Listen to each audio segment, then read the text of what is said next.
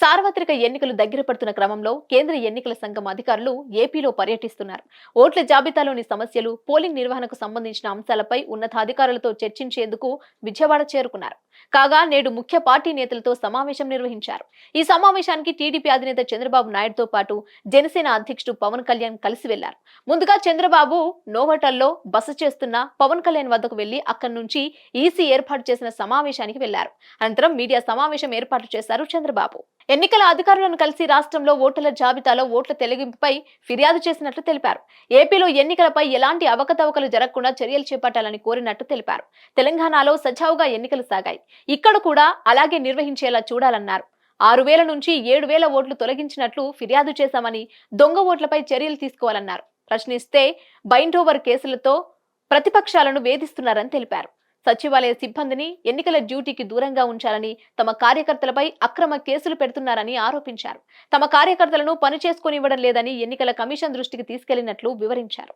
ఇతర ప్రాంతాలకు వెళ్లిన వారికి కూడా ఓటు వేసే అవకాశం కల్పించాలని కోరినట్టు తెలిపారు.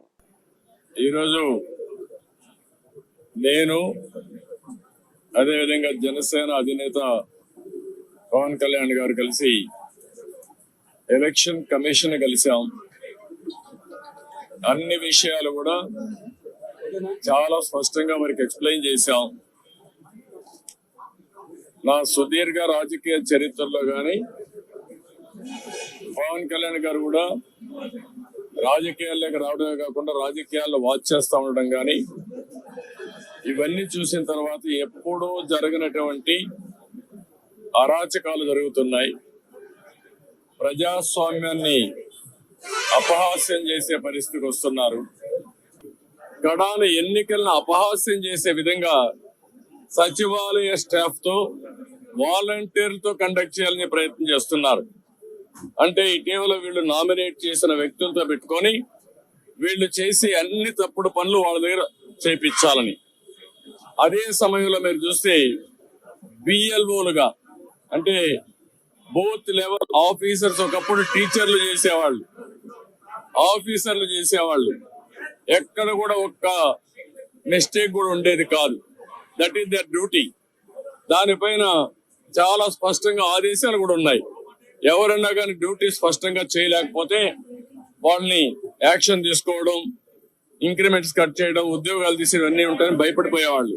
ఈ సందర్భంగా మాట్లాడిన జనసేన అధినేత పవన్ కళ్యాణ్ ఏపీలో ఎన్నికలు సజావుగా జరిగేలా చర్యలు తీసుకోవాలని కోరారు. ఓటర్ల జాబితాలో జరిగిన అవకతవకలపై ఈసీకి ఫిర్యాదు చేశామని, ఏపీలో అధికార దుర్వినియోగం జరుగుతోందన్నారు పవన్ కళ్యాణ్. నిష్పక్షపాతంగా ఎన్నికలు జరిగేలా చూస్తామని ఎన్నికల సంఘం హామీ ఇచ్చినట్లు తెలిపారు. వాలంటీర్ వ్యవస్థ రాజ్యాంగ వ్యతిరేకమన్నారు. ఎన్నికలు పారదర్శకంగా జరిగేందుకు చర్యలు తీసుకోవాలన్నారు ఆయన. ఏపీలో దొంగ ఓట్లపై ఈసీకి ఫిర్యాదు చేశామని పవన్ కళ్యాణ్ తెలిపారు. ముఖ్యంగా ఆంధ్రప్రదేశ్ ఎన్నికలు చాలా ప్రజాస్వామ్యబద్ధంగా జరగాలి అని కేంద్రం ఎన్నికల సంఘం మన నిర్ణయం తీసుకున్నందువల్లే ఈ రోజున ఫుల్ ఎలక్షన్ కమిషన్ ఆంధ్రప్రదేశ్ విజయవాడలో రావడం జరిగింది. జనసేన తరపు అలాగే వైసీపీ ఏమేం చేసింది ఇప్పుడు దాకా, దొంగ ఓట్లు రిజిస్టర్ చేశారు. చంద్రగిరి, ఇందాక మీరు చెప్పినట్టు చంద్రగిరిలో దాదాపు 1,00,000 పైచిలకు ఓట్లు, దొంగ ఓట్లు నమోదు చేస్తే దాదాపు దాంట్లో 1/3, 1/4 ఆల్మోస్ట్ దాన్ని యాక్సెప్ట్ చేశారు.